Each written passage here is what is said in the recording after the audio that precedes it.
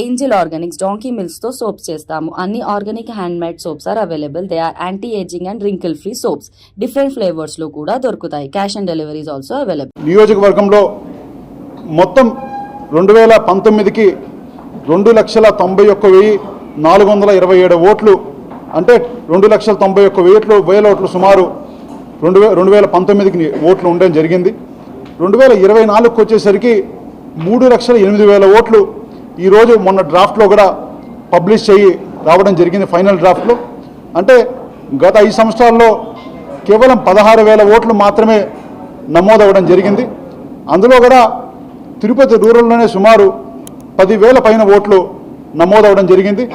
దాని ముఖ్య కారణం తిరుపతికి ఎక్కువ ఉపాధి కోసం చుట్టుపక్కల ఉన్న గత 10 కాన్స్టిట్యున్సీల నుంచి జనాలు కావచ్చు, చాలామంది కావచ్చు తిరుపతికి రావడం జరుగుతుంది. తిరుపతికి ఎవరు వచ్చినా కూడా తిరుపతిలో ఉండేది తక్కువ. ఎందుకంటే ఆ భూభాగం తిరుపతి రూరల్ అనేది 3 రేట్లు ఎక్కువ ఉంటుంది. తిరుపతి రూరల్లోనే 90% ఎక్కువ మంది ఉంటారు. అది కూడా గత 5 సంవత్సరాల్లో 160 అపార్ట్మెంట్లు, 5,200 ఇళ్ళు, కొత్త ఇళ్ళు ఒక్క తిరుపతి రూరల్లో రావడం జరిగింది.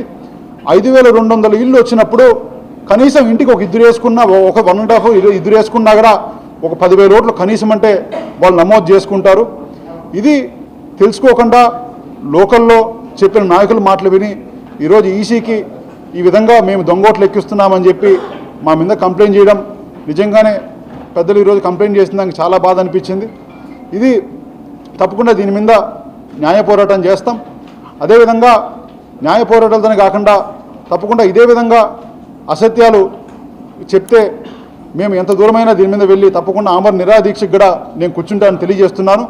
ముఖ్యంగా ఇంకొక ముఖ్యమైన విషయం చెప్పాలి ఏంటంటే, నాన్నగారు 2019లో ఆ రోజు ఉన్న ఓటర్ లిస్ట్, ఆ రోజు గౌరవ్ చంద్రబాబు నాయుడు గారు ముఖ్యమంత్రిగా ఉన్నప్పుడు ఓటర్ లిస్టులోనే, వాళ్ళు తయారు చేసిన ఓటర్ లిస్టులోనే 43,000 పైగా ఓట్లతో గెలవడం జరిగింది.